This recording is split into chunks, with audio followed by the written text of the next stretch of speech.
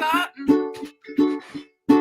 I see the trouble's on the way.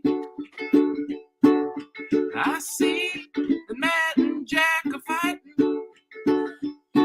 And I see the Chris is off today. Well, don't go around tonight, 'cause it's bound to take your life. There's a Ramblecast on tonight. That might be your best one yet. There's a bathroom on the right. He actually sings that in concert too. What I've heard. Oh, does he? Because he knows he's privy to that, and so he just kind of does it to be funny. There's a Ramblecast tonight also works, and I like that. That was a nice on a Wednesday night. It's on a Wednesday night. Yes, I know. I'm. It's throwing the whole week off. Like I kept thinking, like, wait, we got to record tonight. I gotta get the. So, you mentioned in our chat you were all screwed up on days. I thought Monday was Friday. Oh, so I don't know how you do that. Did you watch the kids all weekend? No. This weekend we are, but next week. Actually, one of them spending the night for 5-6 days. Should be fun. That's a while. Yeah. No sleep for the wicked. No, they're taking his parents are taking the older one to Disney World and Legoland for his birthday. Oh, so they thought they'd leave us with the younger one. Okay. What is the younger one? He's pretty easy. He's only 2. He didn't know what the hell's going on. Oh, okay. Yeah, he's not going to until I take pictures and show it to him a few years from now. Right. Yeah. See what your parents did. Savage. Once that kid realizes, he's going to be like, "Where's my trip? Where's my trip?" And I want that kid out of it. Yeah, exactly. They already fight as it is. Oh, okay. Well, we got a little grandchildren update at the beginning of the podcast, not usually at the end. You usually like kind of wait to bring it. You're like, there's one more thing I want to talk about. Get this off my chest, little shit. This grandchild just pissed me off to no belief. But you know what? I'm not really mad at them. Probably still will do that. I'm just mad. There's always that chance. But I have to ask you, the picture that's behind me at this restaurant, does it look unlevel? What's that restaurant? Yes. Oh. It does look great. It's called Conkeys. What I can't tell is Jackson Pollock ripoff. Is if the actual if there's a keystoning that's actually occurring and the wall, because the wall itself looks like it's narrowing down. It's like a keystone shape. And for people playing at home that are just listening, this is why again you show up. Yeah, it looks like a generic Jackson Pollock though. I just gotta. Looks like a personal hell of going to a restaurant with fucking 6 kids. And the worst part was, it took forever to get the food. I think they were shorthand. I think they were shorthand, which is common now for restaurants. They're shorthanded. And they skipped us. One of the cooks skipped us and went to another table that just got there. We're all like, no. And you're trying to keep young kids happy who are starving. He wanted to earn his money. Yeah. Wait till the kids are screaming. I guess. I don't know. But it's that restaurant's kind of gone downhill. I always hate that. Like when that clearly happens. They don't have enough help. Because there was a Mexican restaurant in Knoxville that I loved 20 years ago, and it's still there, I think. But Taco Bell? No, it was a proper, but you didn't run for the toilet immediately. You had to wait a couple hours, and then ran for the toilet. Taco Chef. Yeah, exactly. And it's always the way it is. Because it's always a family-run business, and they open up their first one, and the first one's always like, fuck yeah, because they're really trying to make a name for themselves. And they had that one for probably 6 years, and then they had enough money to where they opened up 2 more different parts of town. And then, of course, because they suffer because they split up the family, you take this restaurant, I'll take this restaurant, and then all 3 of them end up being mediocre, and you're like, man, what the fuck?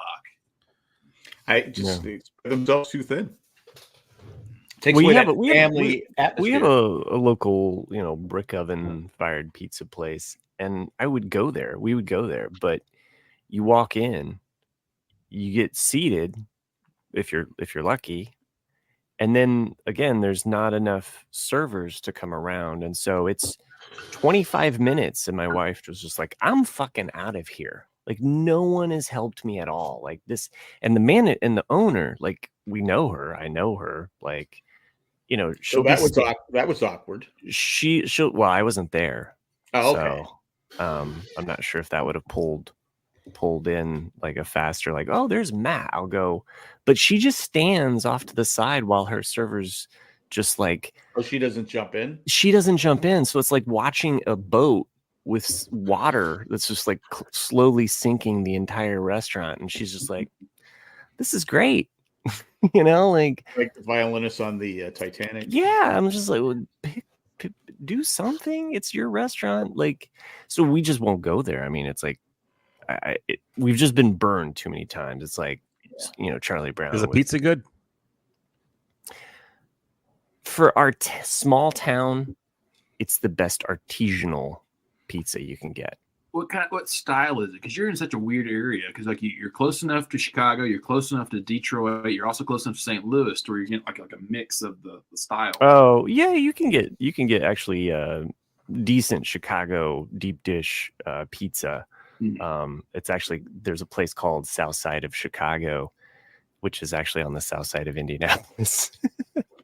And they have some pretty like, it's the pizza you want on that fall winter day. That's gonna like basically, yeah, it is. But they do it right.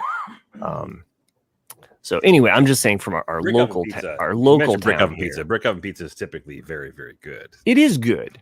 And my one complaint is that it's not big enough, and you know, they tend to be a smaller kind of size. You don't get. Well, they're probably trying, you know, with the inflation there.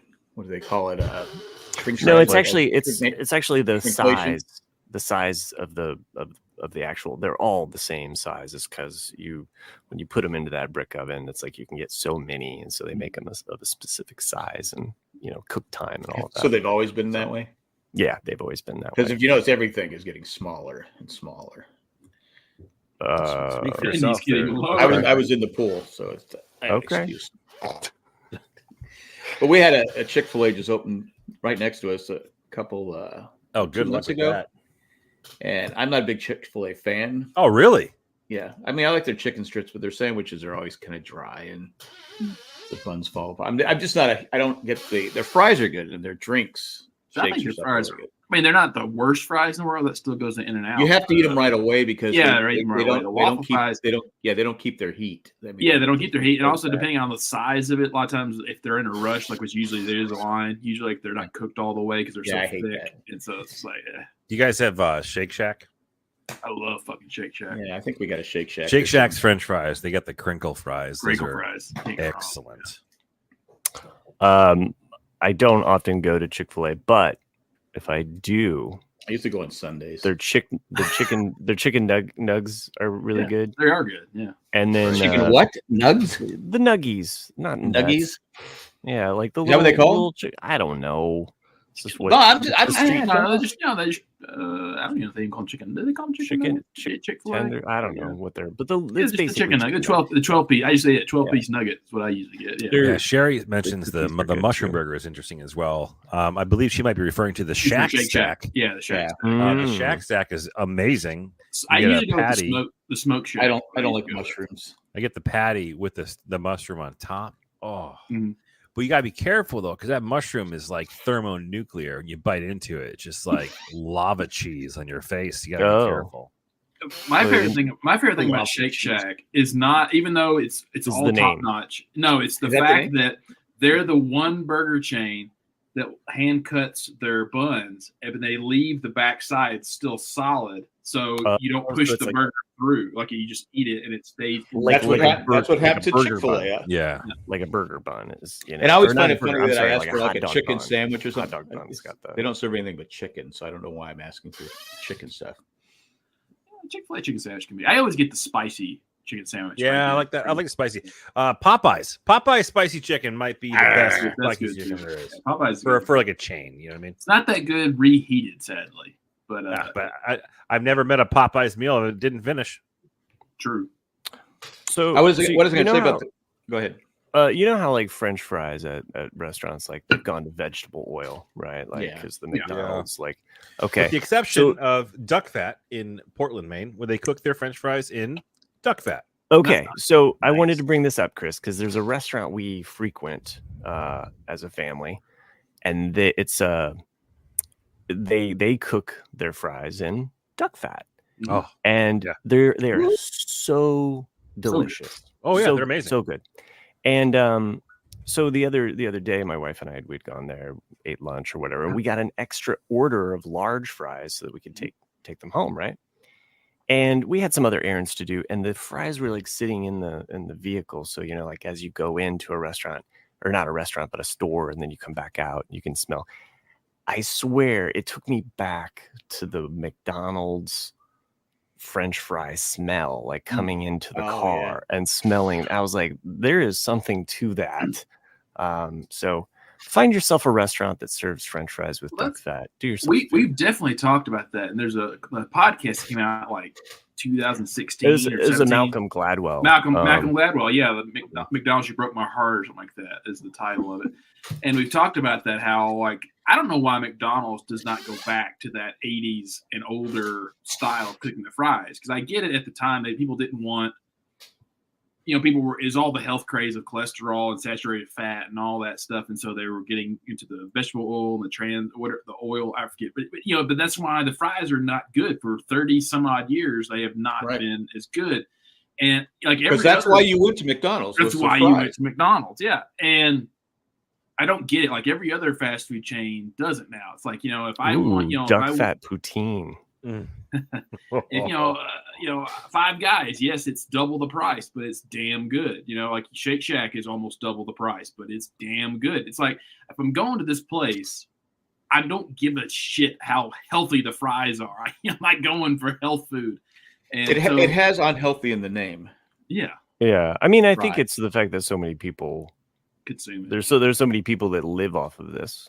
That's true, right? Too. And it's kind of more of like a specialty when like especially 20 years ago when it was so cheap. You know, when you could get almost everything for $2. You know, you had the dollar menu and you had everything else. It's still every meal was under $5 20 years ago, right? And so you could live off of it. You could eat it 2 times, 3 times a day, and you'd still be like, shit, I got all kinds of money.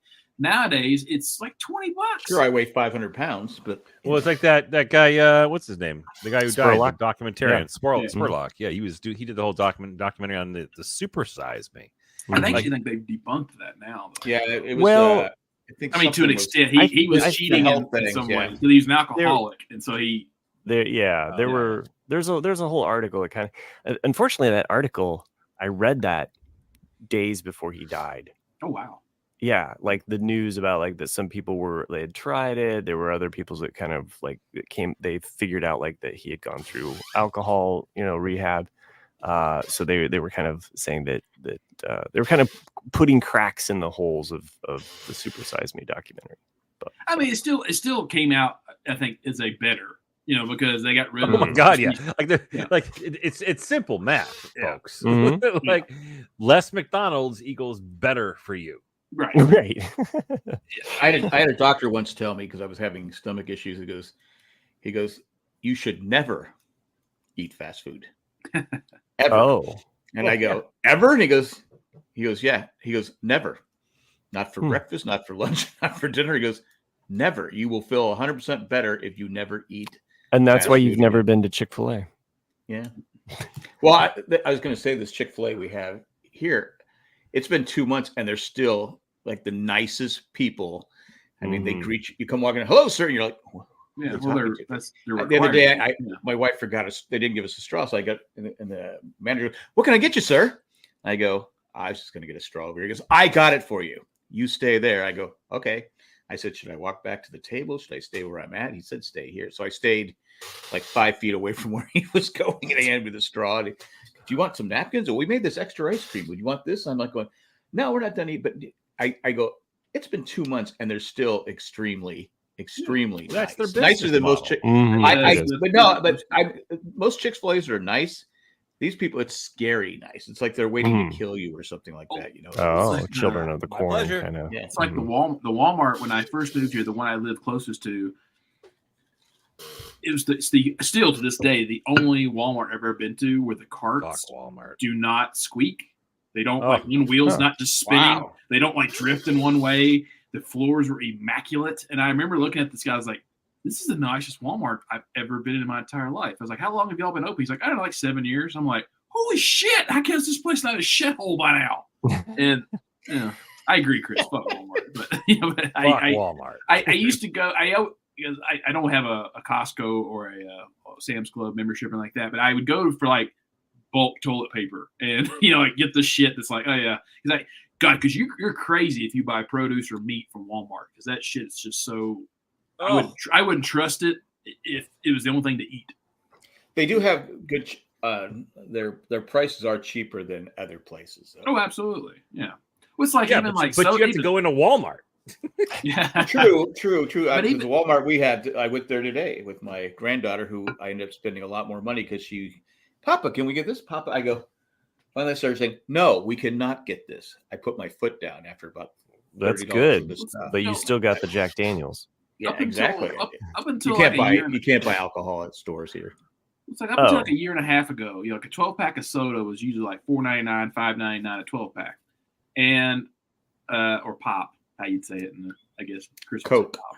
Yeah, or Coke. I don't say pop. You don't say pop. Okay. I call it sugar water. They call it tonic in the greater Boston area, but really, tonic.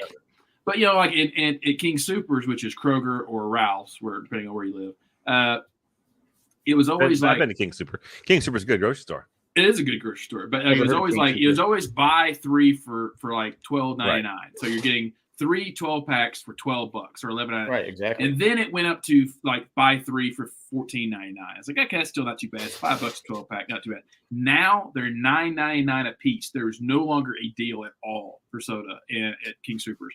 And so I'm going to Walmart, and then theirs are still like the $5.99, $6.99. You're like, fuck! Like, how did it get that crazy to where I'm not paying $30 for? It's weird. It's weird because there's a certain butter that we always buy, and it just kept going up and up and up and up, and then finally, what butter is that?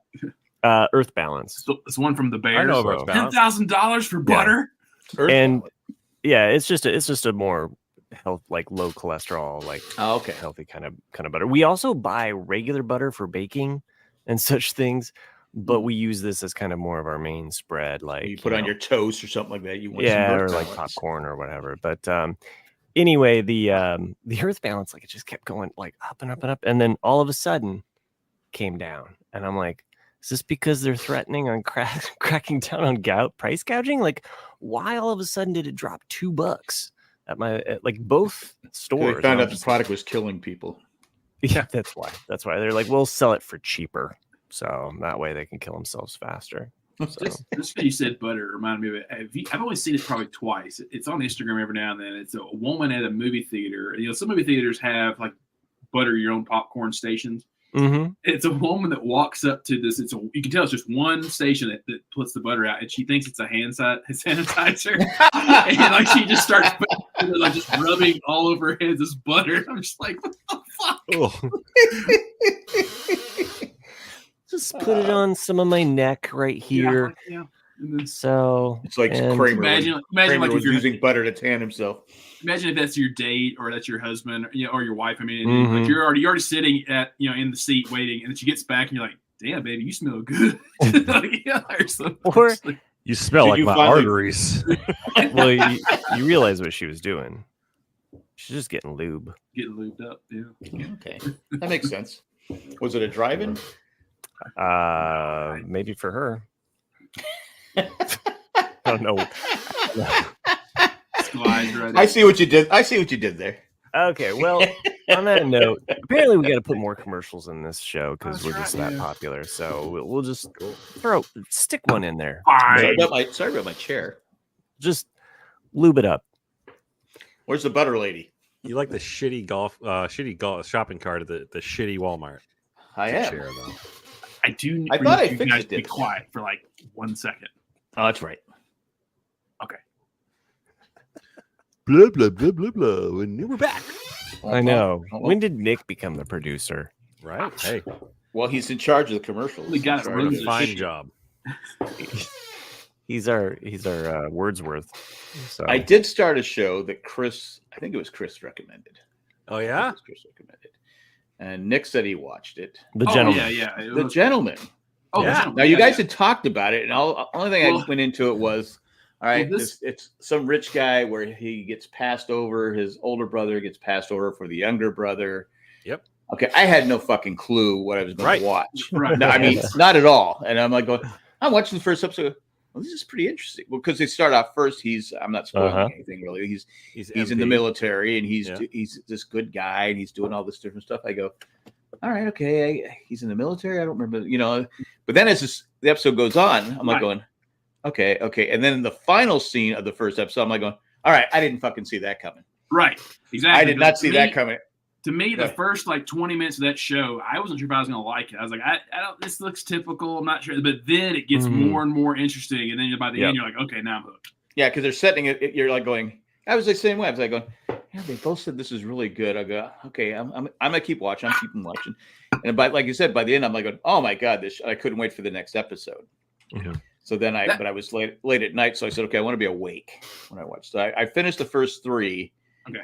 And I gotta say, it's pretty damn good. It's pretty good. Yeah, that was a happy mistake, because I think I'm on episode 5 or 6. I'm close to the end. I'm close to the end. But at that time, I had been recommending A Gentleman in Moscow, which is with Ewan McGregor. Right. And Chris heard Gentleman, and so he decided. Oh, he watched it by accident. I watched it by accident. That's exactly what happened. And then he's like, Nick, I watched that show you're recommending, The Gentleman. I'm like, that's The Gentleman in Moscow. And he's like, I remember that combo. Yeah, and so then I went back and watched it, but I could. I'd never heard of it. I wouldn't have watched it if you guys hadn't suggested, because I'd never heard of it. So for everyone, it's a series that's based on a movie by Guy Pearce. And I actually just started watching the movie the other day. I on a lunch break or whatever. But the movie stars Matthew McConaughey. All right. Charlie Hunnam. And that's the squeaky voice guy. No, Charlie Hunnam's the guy from Sons of Anarchy. Oh, the main character. Yeah, I get it. And who else is in that? McConaughey, Hunnam, and Colin Farrell. Colin Farrell, he's as well. Yeah, he's Irish. And I just started watching the movie a little bit. So the series is based on the movie, and then so it adds far, a bunch of stuff from all of Guy Ritchie's stuff in there. Wasn't Colin Farrell in another one of Guy Ritchie movies too? Was he in Bruges? Snatch? Was that Guy Ritchie? In Bruges. In Bruges is not his. No, it's In Bruges is not his. But I was thinking of In Bruges. In Bruges is a great movie though. I love it. Fantastic movie. Mm-hmm. It's like a little fucking fairy tale. But to everybody listening or watching, The Gentleman is on Netflix and The Gentleman in Moscow is on Paramount. So if you're wanting to watch I recommend, because it's pretty fascinating. It's got a pretty fast. It's got a lot of interesting characters too, and the guy, was it Sam? Is Sam the guy that became the Duke? Mm-hmm. Sam. I don't know his name, but I know the guy. I can't remember the names. I kept looking at the guy going, what show was he in? The only thing I knew him from was from those really bad young adult movies, the Divergent series. Yeah. He's in the last season of White Lotus. Right. Oh, right. Yeah. I go, that's where because it starts bugging me when I can't put 2 and 2 together, because I'm not good at math. And I go, God, what show is this guy in? And so I actually paused it and had to go look. And I go, oh, that's right, White Lotus. That's right. He plays. Don't you have IMDb on your phone? You should just have IMDb as an app on your phone. No, I just go on my computer. I'm watching it on my computer. Did you watch the Time Traveler's Wife series that was on? I did not. Mm-mm. Oh no, he's the time traveler in that. Oh, is he? Oh, okay. He's good. Okay, I remember you talking about that. Theo James is his name. But I have a theory. I'm just throwing it out there. I think that this guy, because he's too comfortable with I don't want to spoil people. he's just too easygoing about certain. He does something in the second episode. He does something trying to recover a passport. Mm-hmm. And I said, he's just too comfortable with it. Well, that's you'll see that it's not just one or two characters that tell him this, because he kind of wants to be an honorable man and go straight or do the right thing, but they all say that to him at some point, like, you were born for this, like, he's just natural in that. I think he's done it before. That's my theory. Anyway, because again, he's just, I mean, like, they even point out the girl says, he slept like a baby or whatever. And of course, her brother Jack is a boxer. Goes, how would you know that? Because I don't think he likes Sam. Mm-hmm.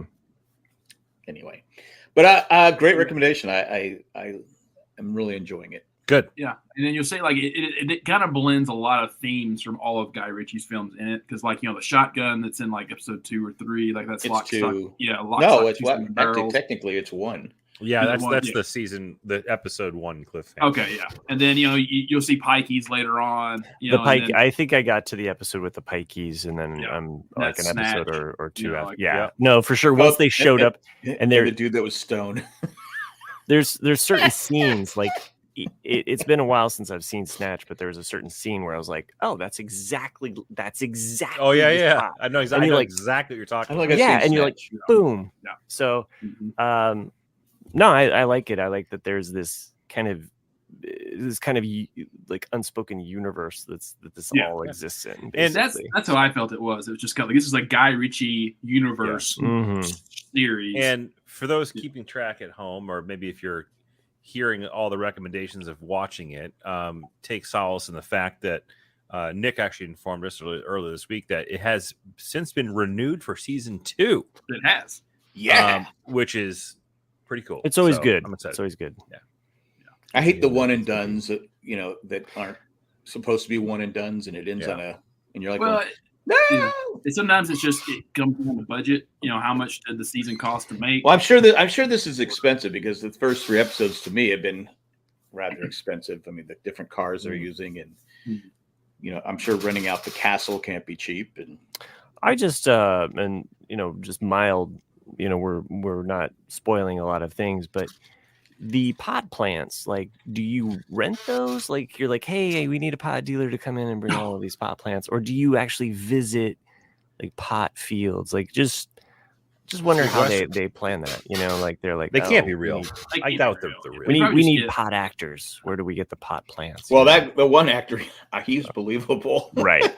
Yes, totally. Yes, he was an angel. Yes, that's good stuff there. I don't see the 2 of them together. There's good stuff in it. Yeah, maybe. I want a banana shake. Speaking of bananas, the show, keeping with the banana theme, like, you do much better on the bananas than I was doing. I don't know. I like your bananas. Your banana. I liked your last banana. It was Googled, tops with me. I just Googled banana surrealism. Oh, okay. So if anybody wants to find out the artist on that, not me, but I got my print in the mail that I discussed with you guys a couple episodes ago. Bananas of the remember that the artist that I found on Instagram, Scott C. The print that I bought was all the 80s TV show vehicles. Oh yeah. All right. Yeah. It's upstairs in my room. I'll send you all a picture of it or bring it down next week. But the print came pretty quickly. It looks awesome. Framed it up, looks good. I'll probably have it in the office down here at some point in the near future. Nice. So since we're talking about well, I just was going to mention Sherry in the chat says Shogun was good. I'm hoping it is.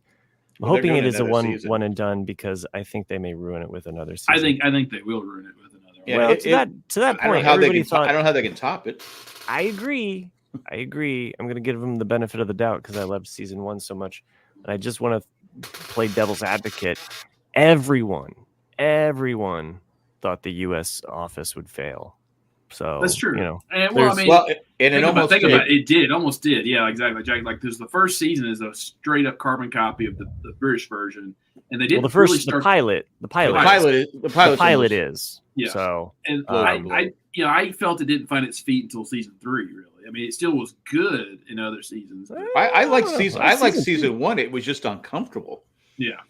I mean, I felt dirty after watching it. Yeah, no, for sure. And I think they kind of find kind of like their voice or their legs, but the basketball episode too from season 1, I think is a standout. So what's wrong with me? And then once they get to the cruise, the cruise in season 2. It's fairly early on in season 2. I think that one. I can't remember what it's called, but it's when they all go out on a boat. I want to be a shrimp boat captain. Did we talk last week about the Instigators? We were going to talk about it. We did talk about. You recommended it, Chris. Okay. And then I watched it. I watched it like 2 days later, and then I wrote to you to the show that Chris recommended, and then Jack said, "Okay, I'll watch it." So you said it has a Butch Cassidy. Yeah, like to me, that's what it was. Right. When I started watching it, there's at least 3. There's 3 references. Chris, did you watch it? I recommended it. Yeah, he recommended it. Okay. So Chris is 2 for 2 tonight. You can tell that it's a modern take on Butch Cassidy's story. Yes, it's not a straight copy of it, but you can tell that what they're doing is Butch Cassidy. Well, because of course the one character is named Long Ball.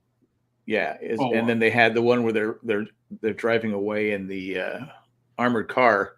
They're being chased by horses, and I think it was Affleck's character goes, "It's like we robbed a." He was like, "We robbed a train." They're being and then they actually say Bolivia. Yeah, right. And I go. So the cool thing about that movie, it was all filmed in Boston. Like I know those spots. Like my friend lives down the street from the bar. Yeah, police chases like that all the time. No, but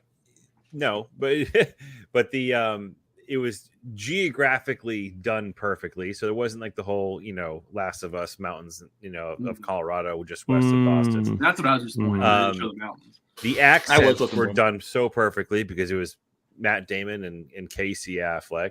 The cultural references that you guys probably didn't pick up on, that if you live in this area, like you'd hear them, you'd recognize them. You guys don't. You guys don't get it. No, there's a lot of culture, like Boston references. Yeah, but probably shouldn't watch it. But the cool thing is it's from Artist Equity. So Artist Equity is the movie production studio that Ben Affleck and Matt Damon created. It's the one that did the Nike Air movie with. Right. So what's cool about that is they find like these screenwriters or these. Well, Casey co-wrote it. What's that? Casey co-wrote it. Well, so I believe the way it worked was I think he co-wrote the screenplay for essentially like a treatment that someone had written. Same thing with like Up in the Air, the Nike one. It was like someone wrote like a short film, and then they adapted it to a screenplay for the movie, but they gave all the credit to the original writer, which I thought was really, really cool. But yeah, so a lot of the great dialogue you're going to get is because Casey wrote it, right? Like he was nonstop funny. I thought, like even when he's bleeding out, like he's dropping. I can't. Do you ever laugh? Yeah, I laugh. Yeah. It's just so funny. And it's interesting. I've talked to a lot of friends and coworkers who have seen it, and some people are like they really just did not like it. And I'm like, you didn't get it. Like, are they younger? Nah, ish, maybe. But I'm just like that movie was everything it was supposed to be. It didn't veer from what it was. It wasn't Shakespeare. I mean, Boston.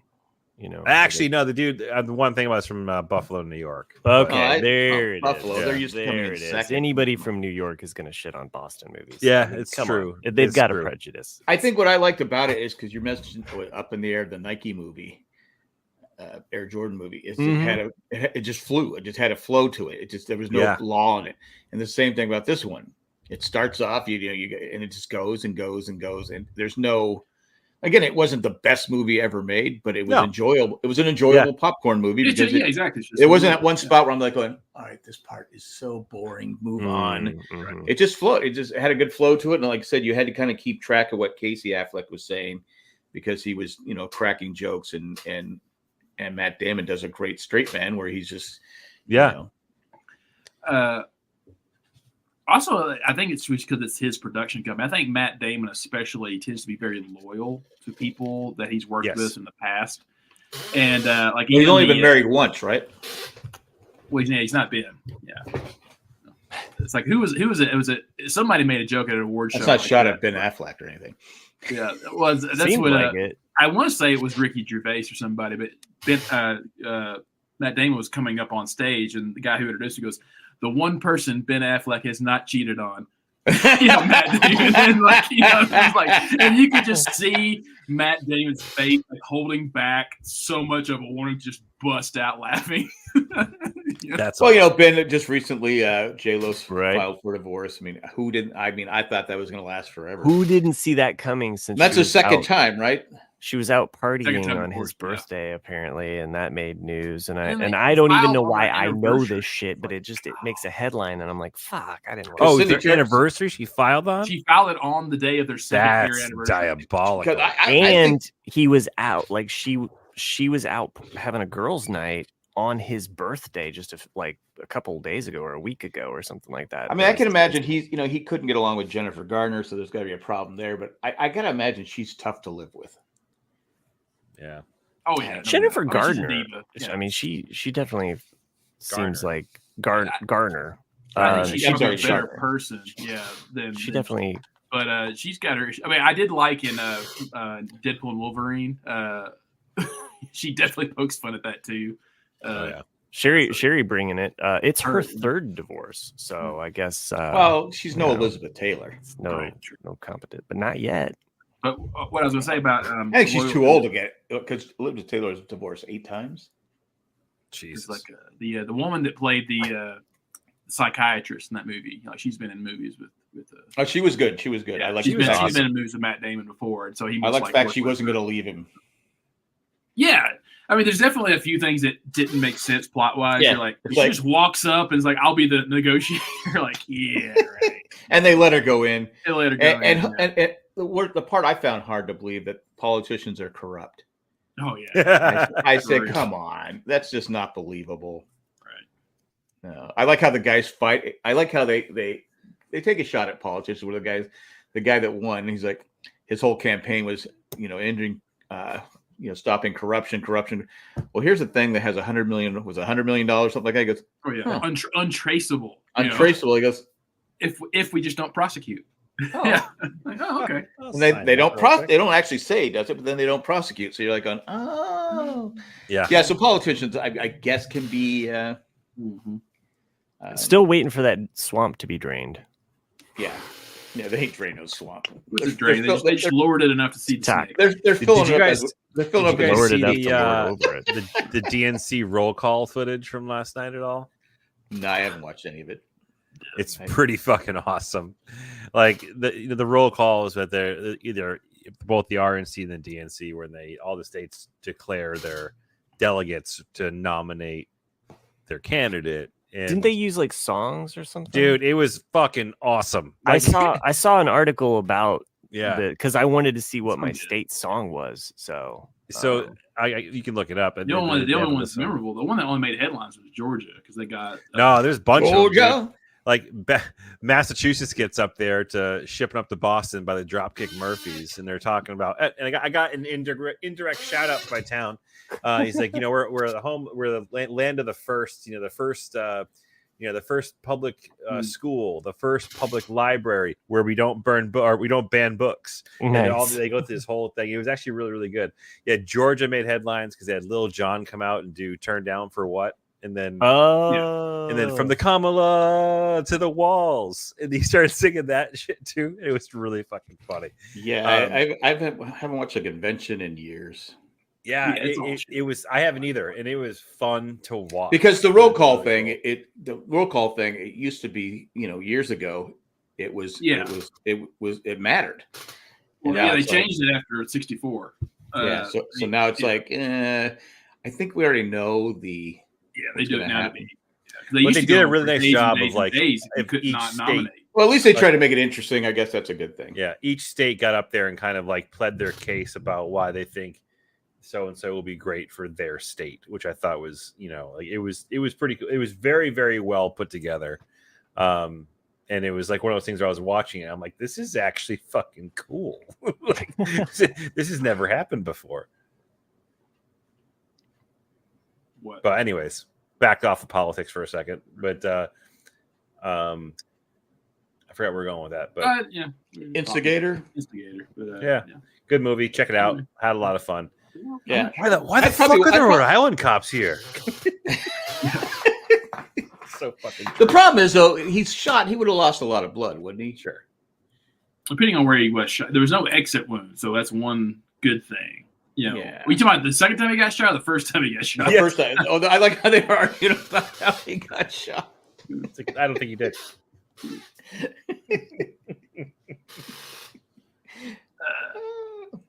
Anyway. And then I watched the first episode of Bad Monkey. Yeah. Oh yeah, the Bad Monkey. Okay. You guys. Third episode came out today, and I'm gonna watch it probably tomorrow. But it's not bad. It's not great. The only problem I like. Why am I drawing a blank on his name? Vince Vaughn. Vince Vaughn. I like Vince Vaughn. I like. Yeah, I do movies. too. But sometimes his thing where he just keeps talking. Right. Can get a little. It's old. a show to me that doesn't know what it wants to be yet, and that's why, because it's he's a. I talked about this a little bit last week where I said I was watching it. Is that, because he's a out of work detective or suspended detective, and basically they find an arm out in the water, and it kind of comes to him, and they want to you can tell that something is up. Like it's some kind of vast conspiracy to hide evidence, and there's money somewhere being involved. You don't know what it is yet. So it definitely is a murder mystery type show, but it doesn't come across as a murder mystery type show. But yet it doesn't come across as a comedy either, like the way you would think a Vince Vaughn show does. So it's just kind of right now, it's like I haven't gotten it pegged yet. Like what are they going for? And that's because it's narrated by somebody. Yeah. And he's telling the story. He goes, now I'm going to do something you always hate. We're going to go to another story. Right. They stop the one, and Cindy goes, I hate that when they do that. I go, that's why I'm laughing over here, because you hate when they, any show she's watching, she doesn't want them to divert to something, like when Lost would go. They're telling a story. They go, you have to, and she goes, I hate that. So like I said, one of my favorite movies that I've mentioned a few times, I always forget the fucking name of it. I don't know why I'm a little like judgy about people that are like, I don't like it when things jump around. I need it to be a linear straight line. Well, somebody did that for Lost, so you can watch that now, as Chris mentioned a couple weeks ago. Yeah, and but I like things to be I like the mystery. It depends if it's done well. If it's done shitty, then it's like, okay, why did we waste our time going over here when that story is boring? Well, I mean, that's why you spitball things with your writers and you take off, Jack's tattoos off the wall. You're like, that's a bad idea. We just don't need to learn about Jack's tattoos. What else to say? The movie Wonder Boys came out 2000. One of my favorites. I've mentioned it several times. Yeah, great soundtrack too. But I was forgetting his name. Who's the main guy in Succession? That actor's name? Brian Cox. Brian Cox. Brian Cox is not a main character. Yeah, he's not a main character in the show, but he's definitely in it. And I think it's him. I think it's Brian Cox. But anyway, 9 times out of 10, I don't remember that actor's name, so I'm just Super Troopers. But he's given like a Super Troopers. He's a police chief. Oh, oh, really? Actually, I remember him from Deadwood. We're just derailing. I swear to God, if one of you guys says shenanigans one more time, I'll pistol whip you to death. Yeah. Anyway, so Troy, he's giving it's shenanigans. Hey, Farba, what's that name of that restaurant you like with all the goofy shit on the walls and the mozzarella sticks? Over there? Shenanigans? Talk about shenanigans? Like, That's a definitely Yeah, fucking liter cola, please. Yeah, liter. Or 6 Schlitzes. What? A liter of cola? I need 6 Schlitzes. Whatever's free. Whatever's free. Anyway, it's about Arthur. This movie, but that's one of my memorable lines in that movie is he's talking about future authors like writing and he goes, and I swear to God, if any of you use fucking voiceover, it's fucking lazy writing. It just goes over. He's like. He just died laughing because how many shows have you watched exactly like that where they're just fucking voiceover? You know? What is that from? I know that line and Brian Cox saying that. No, right? it is. It's Wonder Boys. That's what I'm saying. It's Wonder Boys. Okay, well, yeah, there you go. I don't think I ever saw Wonder Boys. That's why I know it since I've seen it. So you should. It's like I said, it's 24 years old now. But Jack, this is Michael a Nick Douglas. recommendation. Okay, it's not a Chris recommendation. I usually go with the Nick recommendations though. It's Michael Douglas. Robert Downey Jr. It's got an all-star cast. I mean, maybe I have seen this movie. Francis McDormand. You know what? I'll Google an image search while we take a commercial break. Damn. Yeah, I mean it's crazy. Like I forget we have to do them. So there's so many movies I can't remember that I've seen in it. Yeah, I mean, like I said, it was not a hit. It was not. Not many people I know have ever seen it. It's one of those my guilty pleasures. You can only get it on DVD. You can't. You probably could stream it now, but it never came in on Blu-ray but like, doesn't he look like he's looking at boys? He's like, I wonder what those boys are doing. Well, he's from Hollywood. That's the cover I'm used to. Right there. Toby Maguire's. Toby Maguire. I don't think I have seen it. I don't. Kate. Tom Cruise's ex-wife. Kate Hudson. No, Kate. I think that was right before he married her. Katie Holmes. Katie Holmes. There it is. I had the K and the H right. Still on, so. Wonder Boys. But basically, my Wonder Boys. Michael Douglas's character is a author who teaches a class at like a prestigious college, and he's had one of the best books ever written. You know, it's like everyone buys it in schools, everyone knows it, and he's never written another book. And so people keep bugging him, like, when are you going to come out with another book and all this? Because I can't top this one. I'm a one-hit wonder. Well, the thing is that that's not true. Everyone thinks that, but like he opens up his drawer, and that's his problem is that he's been writing a second book, but he doesn't know how to finish it, and he's got like 3,000 pages of this just ungodly book. And it's like if somebody visited Tolkien and he only published one book called The Hobbit, and he's like, well, I have all of this other stuff. Right, exactly. Kind of like some guy that wrote Game of Thrones. Yeah. Well, that's what I keep up a lot with George R. R. Martin, and 2 years ago he said he had 1,100 pages written already that he knew was going to get published. I say 200 left to go. I say bullshit. Well, the thing about George R. R. Martin, I think, is that he doesn't write linear or chronologically or linearly. I can get the word out. Linearly. Thank you, Chris. And because like there's chapters that were published in like 2011 he wrote back in 2000.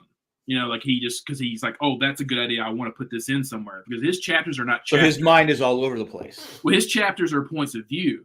So it's not like chapter 1, 2, 3, 4. It's like here is Jack chapter 7.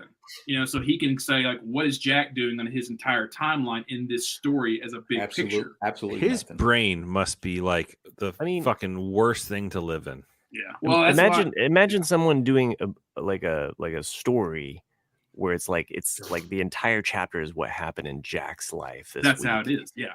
Nick's life. Jack's life, and then mine, and then might be like a page. The 5th chapter would be all of us talking about it. So you just remind me of a really cool story. But so Nick, when you're done, I need to share it. Okay, but that's why one of the reasons why I like the Song of Ice and Fire. Not just that, but also the other things that are related to it. It was because he never writes it as fact. He writes it like a history book, and the fact that, like you're saying, Matt, it could be a Jack chapter from a point of view of this story. Then it could be a Chris's chapter from his point of view of this story. And you're getting shades of the truth in every single thing that happens. So it's up to you as the reader to choose what you think really happened. and that's one of the reasons why people like it. Anyway, go ahead, Chris. So I thought that this was it fucked with my brain because when someone told me this perspective, this point of view, I was high. And there's news. And I'm going to share the story now that I'm currently high. It was a perspective that somebody had, and you made me think of it when you're saying one chapter was from someone's point of view for their entire life, right? So this is going to go in a completely weird direction, but okay, I'm here for it. You ever heard of ayahuasca? Yes. Yeah. Okay. There's I'm not sure what the chemical compound that's in ayahuasca or whatever it is that helps you have like these psychedelic, I don't think it's trips. DMT. Is it DMT? It might be, but it's the drug that also gets released at like when you die. Like right. I think it is DMT. It's just like you're right. Same thing. Kind of. So. And when you do ayahuasca, by the way, there's a purge that happens. Like and like there's also like this, like time slows down too. Like when you're taking it too, because your brain kind of reacts in a different like wavelength, which is really fucking kind of cool. Basically, jack on pot in a shower, right? So somebody brought this story up to me and said, "So that's what happens when you die." Think about this, right? Because they say when you die, you say your life flashes before your eyes. It's kind of like the old wives' tale. So think about this.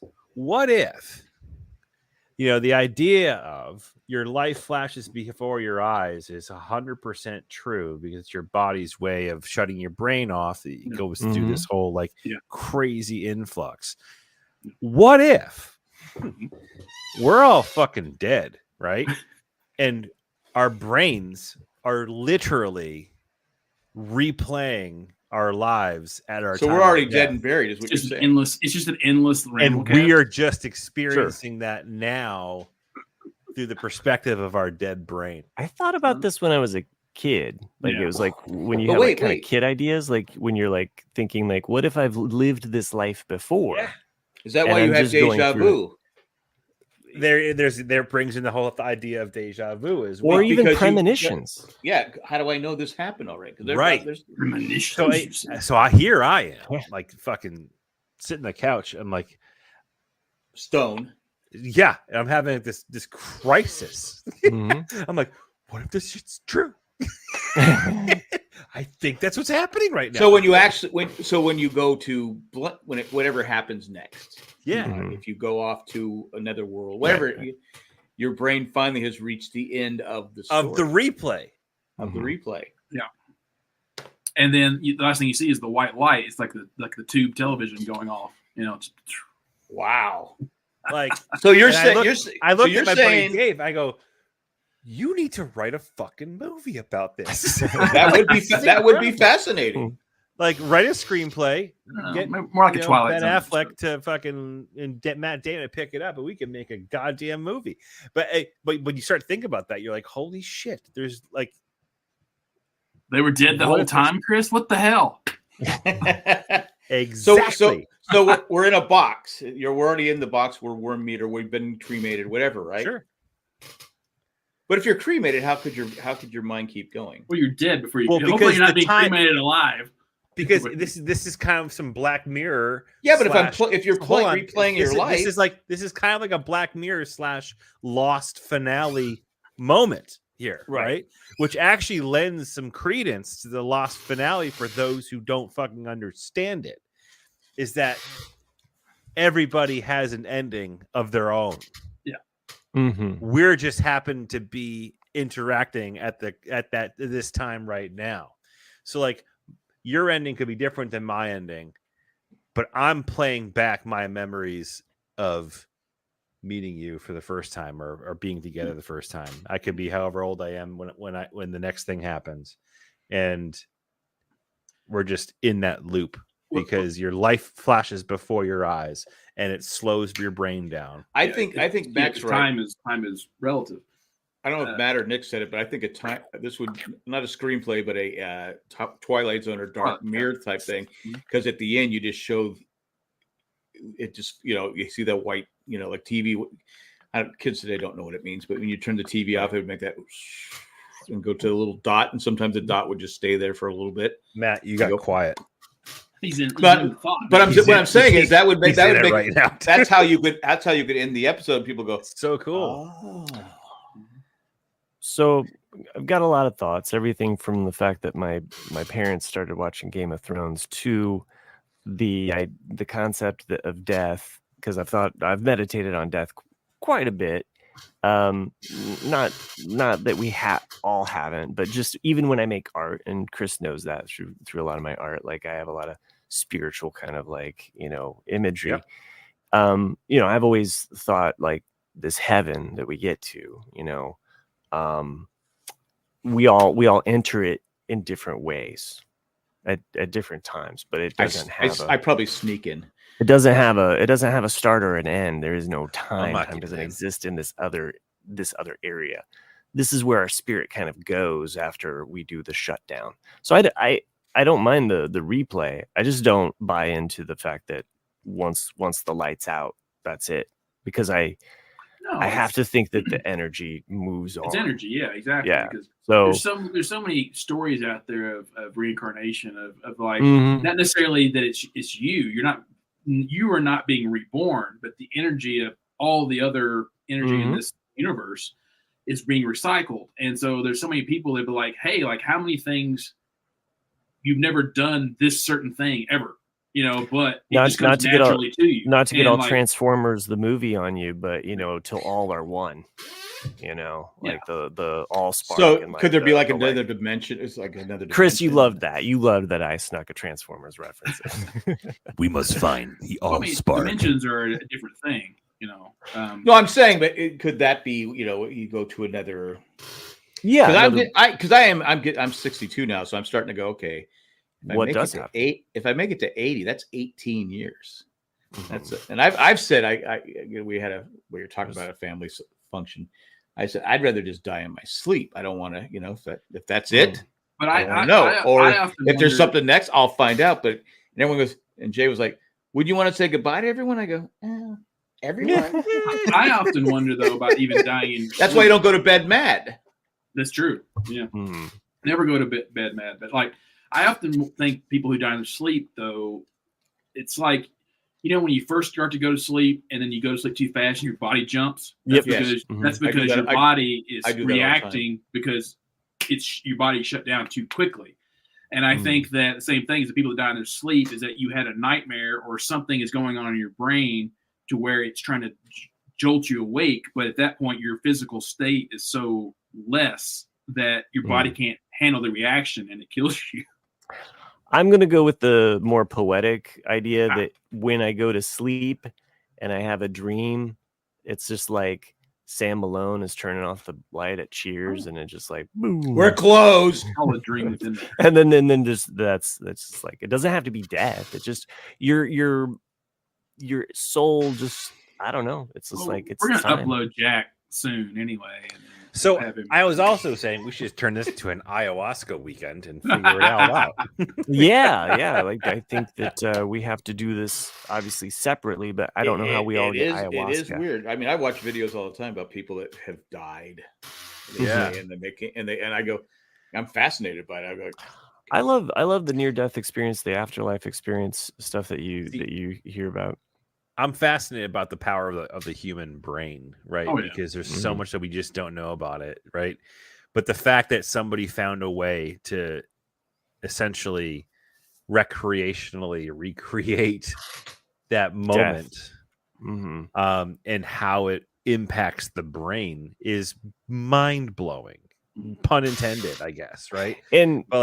But also natural, not LSD or manufactured. I'm too scared to try it out, but everything I've read is like everyone who's ever done it, their brain works differently. Yeah, that's the same as acid too. In post, it's like you think you can't do it. You're changing the chemical composition of. Yeah. Jack's like, guys, I'm not doing this on our Vegas weekend. I tell you what, I'll take notes.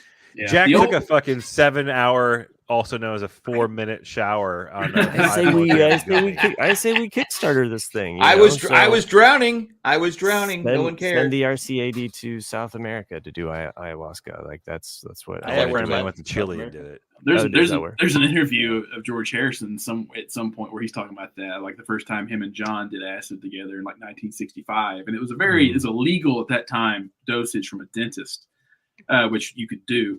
And he says that, like, he's telling somebody, he's like, yeah, he's like, you're never the same the first time you do it. He goes, because it changes the way you outlook of life and how you think about things, and how he's like, it seems like everything just becomes molecules, and you can just kind of see how I don't end in you, I become you, and you become me, and all these things. And then he goes, but really all you need to do is one time. And then she goes, and then the interviewer goes, oh, did you just do it the one time? He goes, oh no, I did it lots of times. Well, what's his name? Was it Timothy Leary? Dr. Robert. Yeah. So the song that the Beatles song that is kind of about that experience. Okay, so because Timothy Leary wrote a whole book on it, he was preaching that people should do LSD, right? I'm like going, yeah, I haven't even done LSD, and you're like, I don't know what happened. You'd probably have to tie me down because I'd probably be all over. Well, no, you wouldn't want that either. Yeah. I tend to think a lot of psychedelic drugs depend on your state of mind anyhow. True. Well, I'm a little nuts anyway, so yeah. And like if you go into any drug usage thinking you're going to have a bad trip, you'll have a bad trip.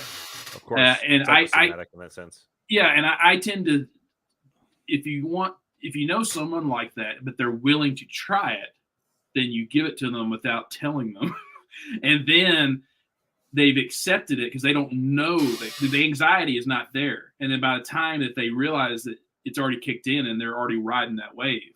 And so again, I just think my imagination just goes crazy and I can't. Well, that's the bad thing. That's the bad thing about LSD is it lasts around 6 hours. And most people 6 hours? I couldn't make it. Yeah. Because like, mushrooms is like 2 hours to 3. Pot's like 20 minutes or 30 minutes, depending on what you're smoking. I don't know. But yeah. Yeah. What did you ingest it? What kind of I just publicly don't recommend secretly dosing other people. No, so I don't eat. I mean, that's what I'm saying. Like, I don't eat. I'm not saying like do it to a random person, but I agree with Matt on that one. I gotta back Matt up on that one. You go to jail for that, I think. I don't mean just like, hey, do we just commit a felony? Like, no. You must be fun at parties. He's really popular at parties. All right, it's we all said stupid shit. I don't mean as in like just do it to random people that you don't know, like or right, not. just to women. If you're around people that you trust, yeah, just to women. I'm Bill Cosby. Thanks, Matt. If you're around people that you trust, we shouldn't be laughing at this. That's not funny. I'm not laughing. Yeah. For the record, the laughter's therapy, though. Ironically, and I would hope that. Got some Jello shots for you. I mean, like that's one reason why, like, especially if you're at a musical venue, it's usually a lot easier to accept because you're writing that secretly dose. Yeah, fine. Fuck I'm sorry. Just got canceled off the show. Thanks, appreciate it, guys. Yeah. that was the producer. I can't stop him. I'll stop. So I mean, I've done mushrooms before. So I mean, I ate mushrooms back in.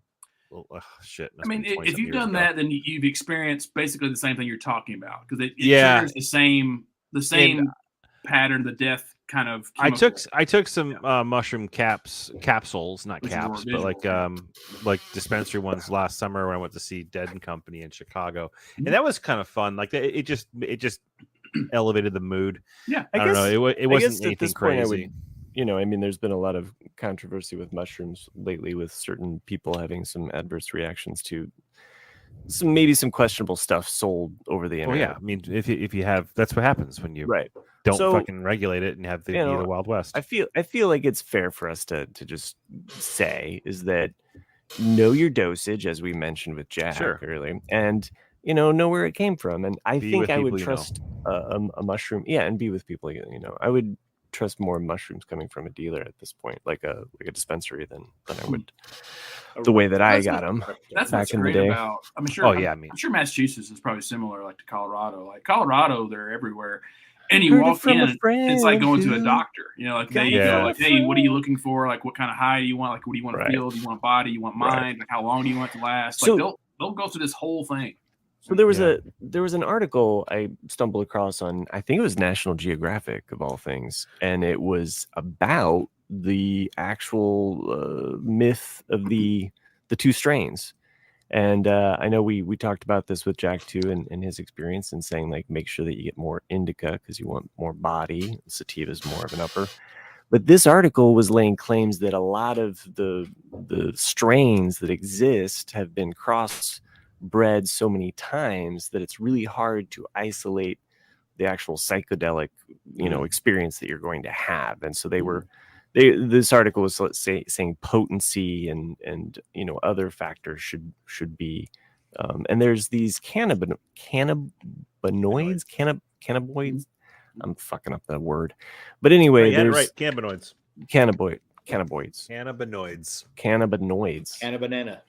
Yeah, check out those cannabinoids, dude. That dude's got huge cannabinoids. Anyway, so they had. There's like 9, 12. There's several different cannabinoids, and they were kind of stating that having those listed, the CBD, like having that stuff, that information is more important than the actual strain. So thought that was interesting because it was kind of almost kind of debunking this. I know. I'm trying to figure out why I can't see it.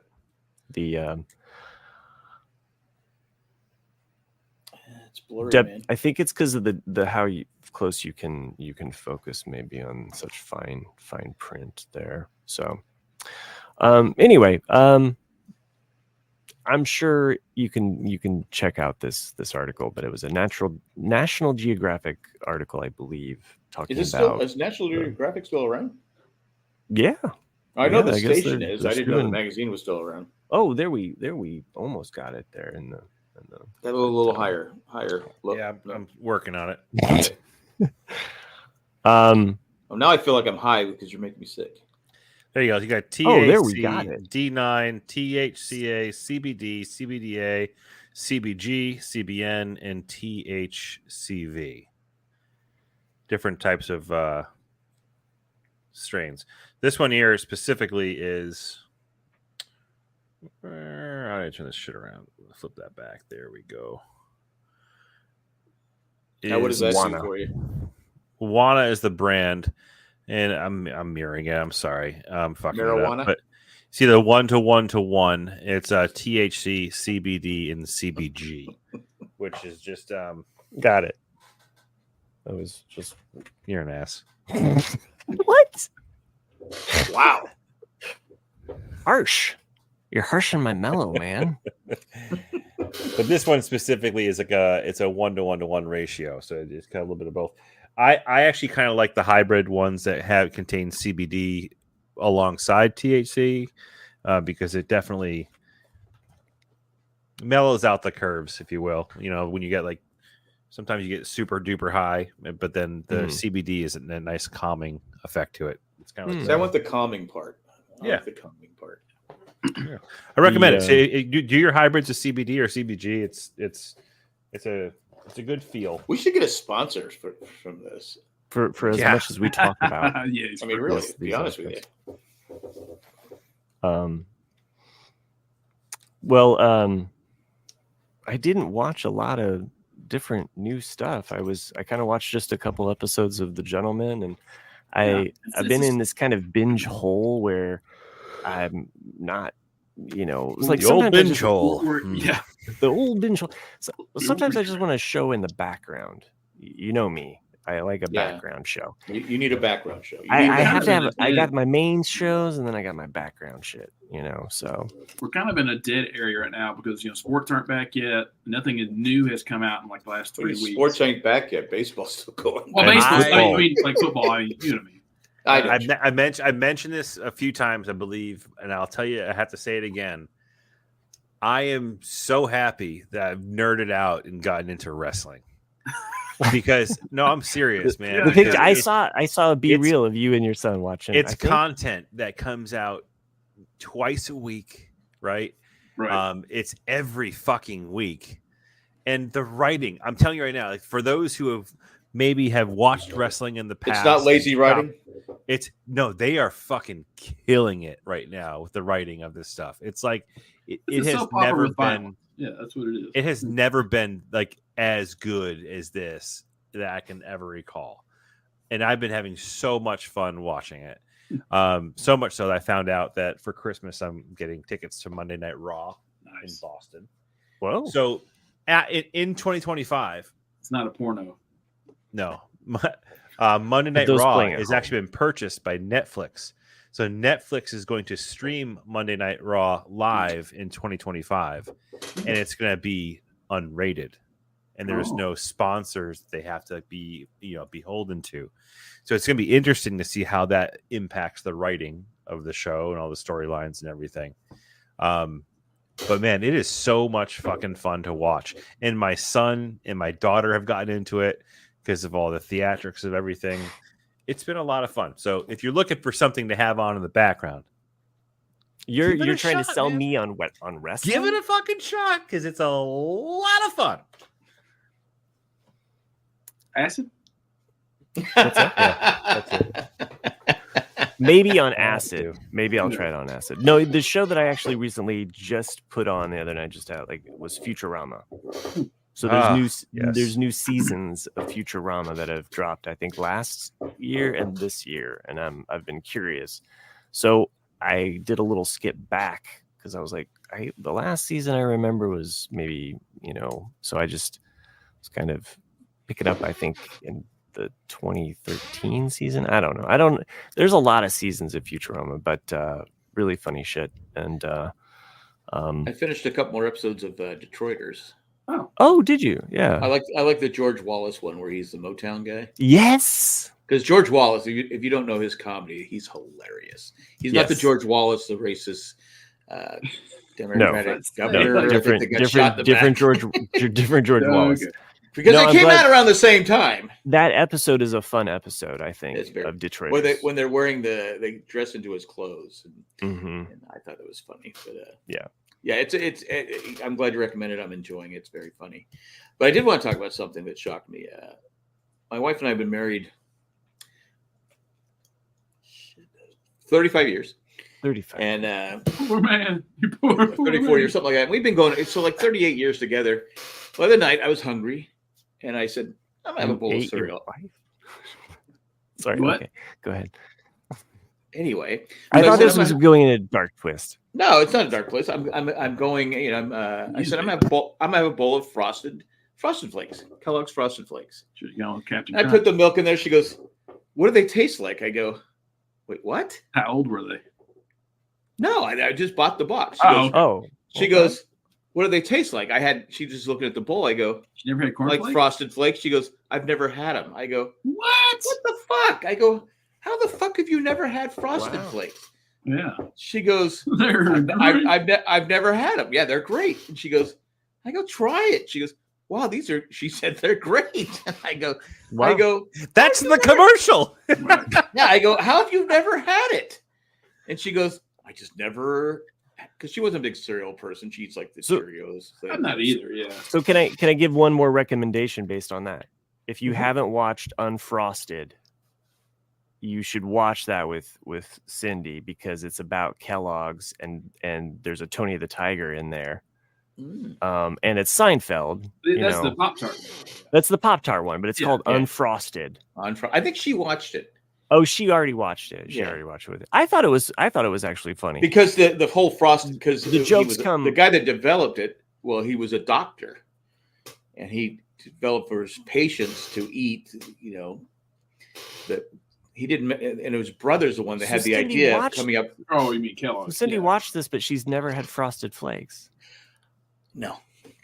How is that? A box of Frosted Flakes more than right now. Like it's been probably 20 years since I've had them, but I know exactly what they taste like. I'm not Chris. Every now and then I get a kick. Go ahead.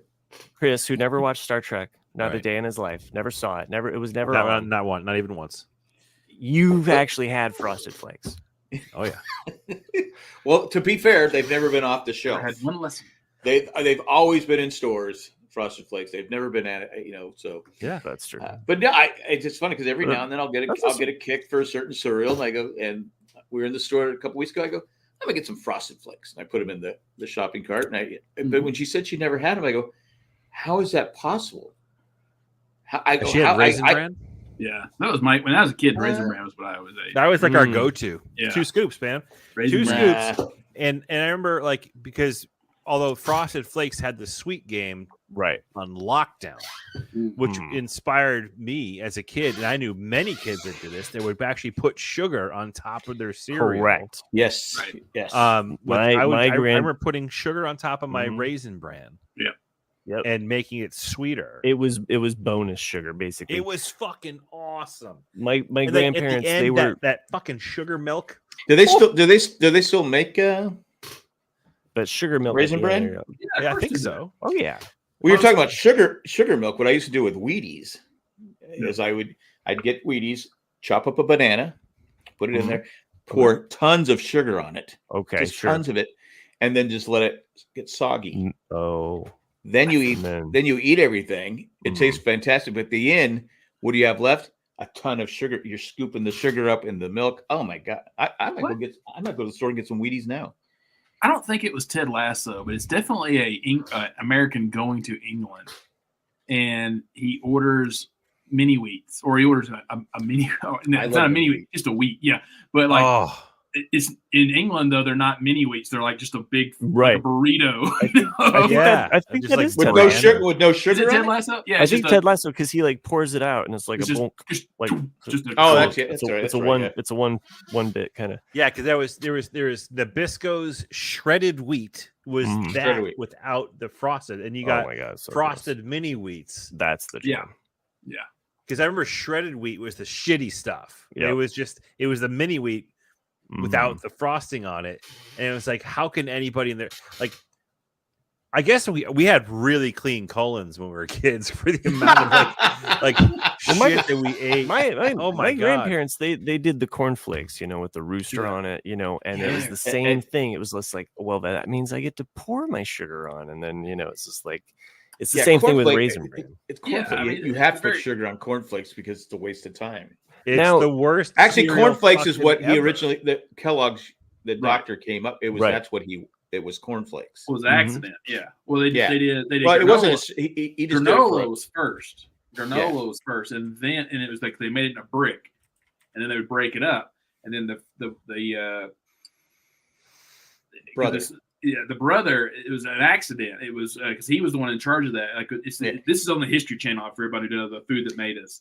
Oh, okay. It's actually pretty. Yeah. It's pretty fascinating. And basically, what it was like the mix, for example, that they would make the granola from.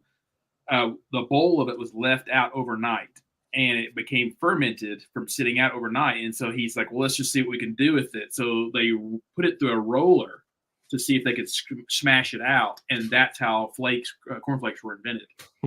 But his brother Kellogg's, the doctor, didn't want to make. He goes, "No, that's bullshit. You can't do that." Yeah, Post stole it from him. Yeah, might I also recommend? Post made grape what's nuts. it called? Grape nuts. And buckwheats. So he stole the idea, and then it was battle back and forth.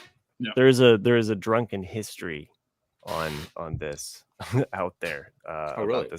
About this the Kellogg's. Yeah, if you haven't seen that, the Foods That Made America, that's really good. It's several seasons, but some of them are like I said, like we talked about this a year ago or so. Like my favorite episode was the very first one I ever watched, which was the Americanization of hot dogs and hamburgers, and it's so good about how White Castle in Kansas was like the American version of the hamburger, and then how Nathan's Hot Dogs basically made it okay to eat hot dogs because no one would eat them, and I don't want to spoil it because it is very good.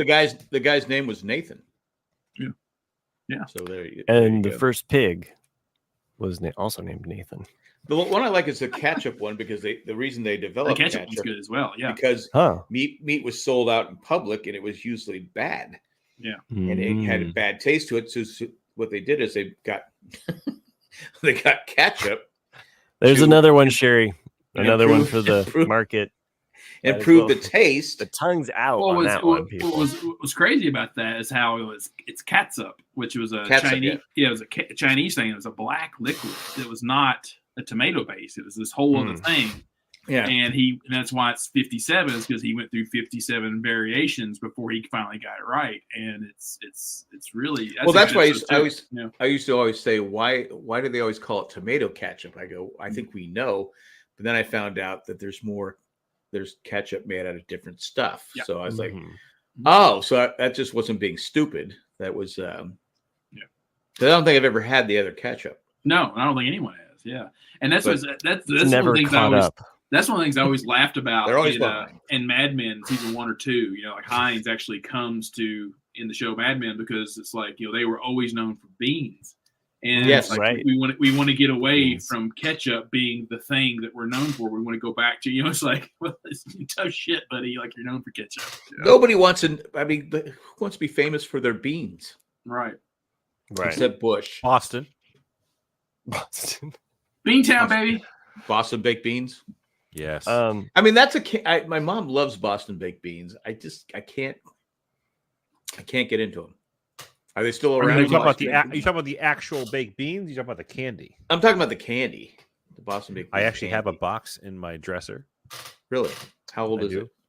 Brand new. Okay. I was just asking, did they still sell? I don't know. Random. My wife went up to Maine last week, and she went to like the candy shop that they go to near their place, and she brought some back for me. She knows how much I love them. So you like Boston baked beans? Is it because you're from Boston? It's probably my favorite, one of my favorite candies of all time. Really? Really weird that you buy them out of state, though. Like, it's kind of because you have to. Just joking. You're like, look, I love these Boston. He's on air, guys. Like, he can't not admit that. You're like, but I only like the ones from. He's got to live there, Because a lot of people from Massachusetts go. Fuck. It's like if you said "fuck lobster rolls," like he'd just be shot on the street. Could happen. Could happen. They take their lobster rolls serious in Massachusetts, right? Yeah. Don't fuck with their lobster rolls. Yeah. You know what? If anyone says the fucking red clam chowder, we'll just slit your fucking throat. There's no such thing as red clam chowder. Remember Cracklin' Oat Bran? I do. Yeah, I do. I am doom scrolling fucking cereal boxes. I figure we lost you because you had that look. I had glazed over. Open for like 10 minutes. Well, you know what? We should take yet some another commercial break. Let's just wrap it up.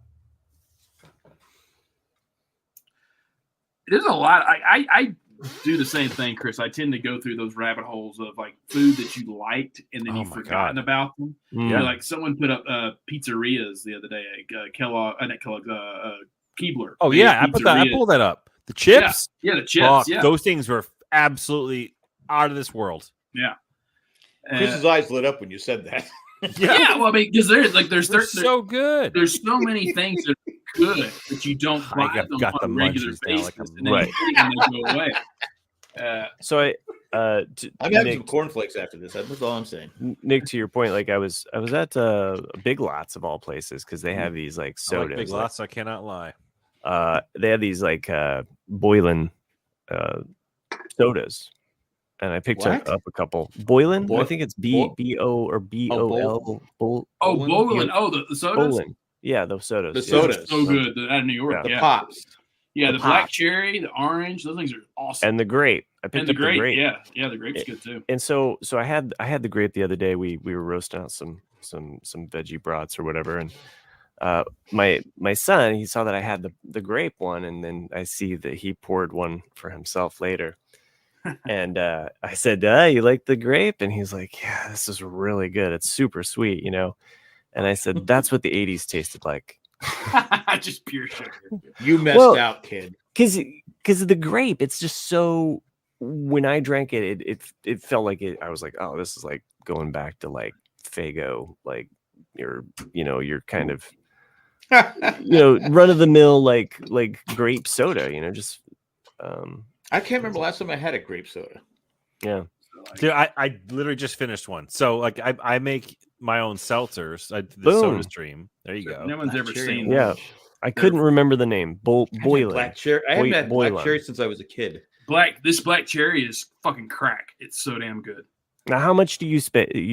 They're like $1.25, I think, a bottle. Okay. The big lots. Next time at Cracker Barrel, I'm gonna get me a black. I'm gonna get a black cherry. The black cherry is always at Cracker Barrel. The orange is harder to find.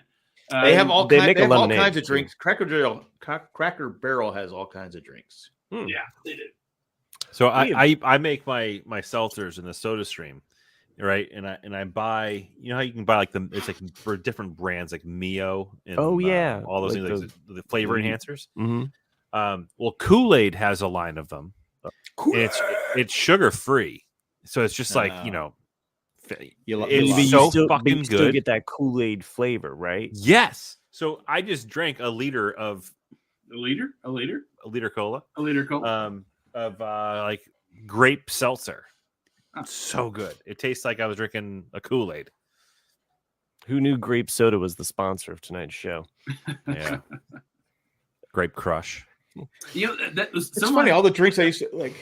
One of my friends in Los Angeles never had a knee high. Who she made a very valid point years ago, and I've never forgotten it. She's like, "Why is it that when people make artificial flavors for anything like watermelon, cherry, strawberry, it tastes like it fucking should, except grape? Grape is the only artificial flavor. Like, what the fuck is this? It tastes nothing like grape, but yet you've just accepted that that's the grape flavor." And it's actually better. Yeah.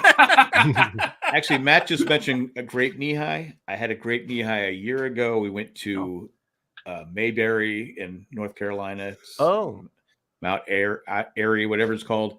And they had grape knee high. And of course, MASH. Mm-hmm. I grabbed a couple. They were excellent. So that was the last time I had a grape soda. Boom. Grape knee high. Thanks for reminding me. We did it. Because Radar always had a great knee high. I know. I grew up. Real great flavoring. Grew up watching that. One last thing I wanted to mention. I kind of dropped it earlier, but my brother and I, we've been trying to get our parents, my dad and my stepmom, to cut the cable and just switch over to streaming. It's been so hard. Like it is. Once you do it, though, it's great. Right. And so they finally did it. They like I had gone up there, I'd set up Roku's, I had all of the stuff set up for them. They didn't even have to buy any of these apps. They could just watch it. It's been going on for about a year that they could have been doing this. And then my dad finally I was there. I was even walking him through the remote, and I'm like, look, you can use this little button. Thanks for the slow clap. And I was like, you can even use is it the right thing to do to cut the cord, because it's so much more expensive? Well, isn't it? Here's the thing. Right now, they get to benefit from me paying the bill of all of the apps. Oh, so fuck it. I'm getting everything. I'm getting Showtime. I'm getting. No. I mean, like I already pay for Paramount. I already pay for Max, and honestly, a lot of the Patron money, actually, like the weekly, or not the weekly, but the monthly Jay and Jack funds, actually. I've always kind of thought of that as like, well, this is my excuse to like get these, things. It's my mad money. Well, kind of, it's like we talk about shows, and I might as well be up to date on things. Cindy just told me that was it yesterday. She goes, with our Paramount Plus, we have Showtime. I go, no. Yeah. We've had it for like 2 years. Yeah. I go, I didn't know we had Showtime. Yeah. And there's all these old shows I used to watch on Showtime. I went, are you just now telling me? I go, I don't know who you are. Actually, that's what I was going to say. Like, that's one of the things I like about the streaming services, is that most of mine I get through Hulu. And at any time, if nothing is coming out on Paramount Plus or Showtime that I want to watch for like 4 or 5 months, you can just go, I'm removing that from my plan. Right. Pause it. And you're not paying $16.99 or whatever it is. Oh, well, usually they'll offer you a discount to stay. The Cock does it all the time. Huh. Well, people they've made it a little bit harder, but with Hulu, you used to be able to just pause it, which was nice because you could just say, hey, like I haven't been watching it. I haven't been using anything on during here. the summertime. I only watch it because I don't have ABC or something like that. Yeah. So the other thing that I always use as a reminder is when the bill comes through and you get the email and you're like, fuck, you know what? Go right then and just cancel the subscription. You'll still have it for another month. And then at the end of that month, if you forget about it and you're still not watching it, you're not going to get paid again, or you're not going to get charged again. Right. And then when you're ready to go back, it'll be on your terms and your schedule. So, I think there is some liberty in this.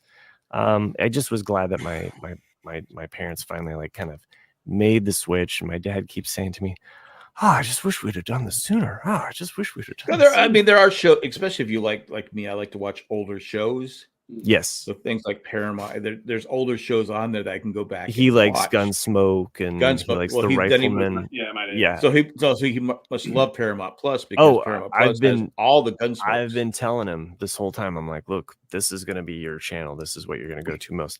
But this was the surprising thing. I mentioned this earlier. Found out my stepmom just like started binging Game of Thrones.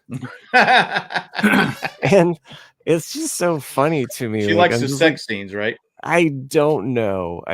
Maybe it's all when the brother and sister had sex. Oh my God, that was. You know what? When the one guy got beheaded, like that was just peak. And he put his head on a stake. Oh my God, that was so cool.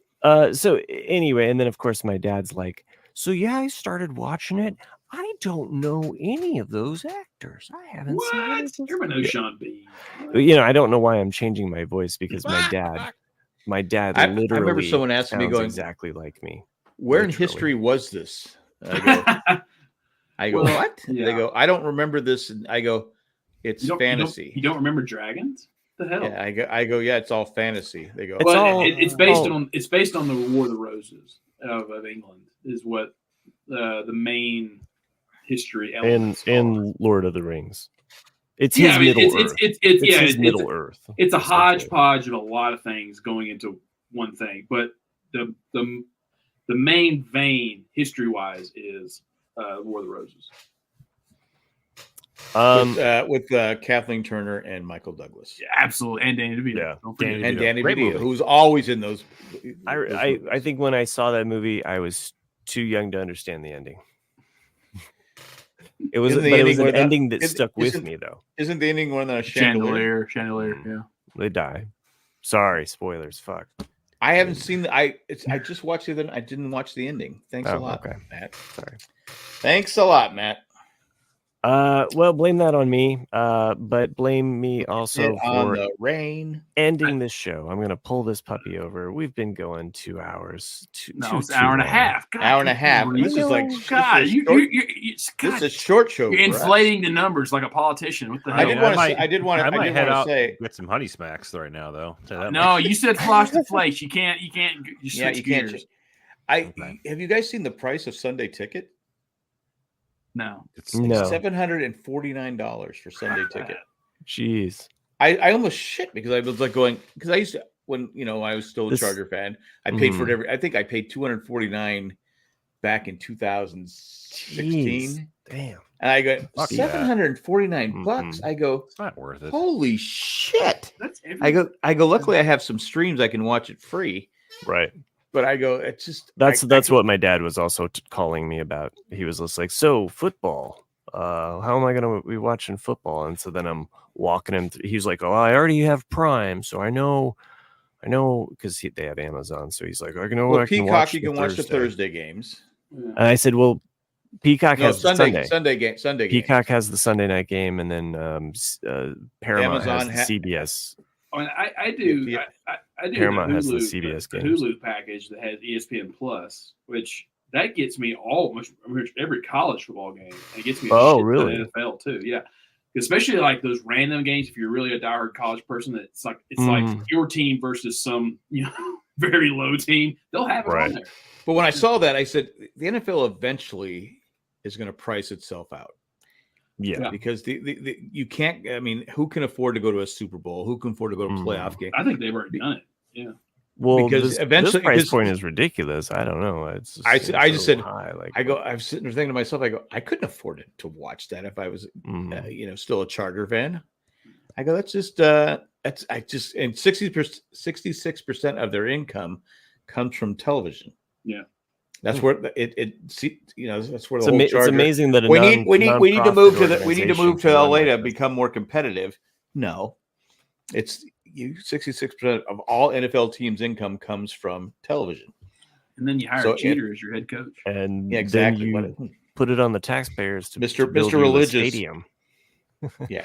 So we've also seen that. But anyway, I was just shocked. I was like, holy fuck, what was it last year?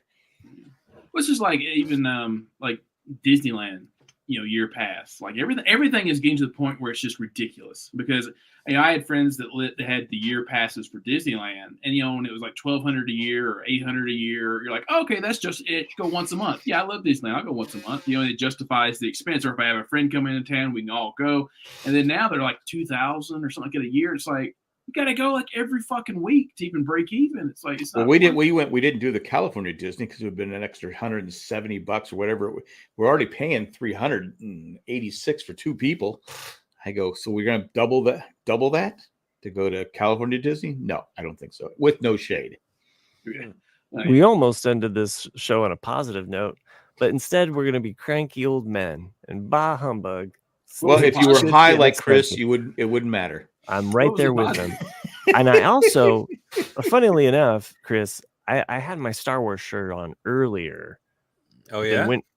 But then I, changed or whatever. I had my free cold shirt. Now I'm like, but I was like, I could have been rocking this Knoxville drinking team. Cindy's store today caught two people stealing, and they actually No, today they got the cop. They were able to call because the eye in the sky.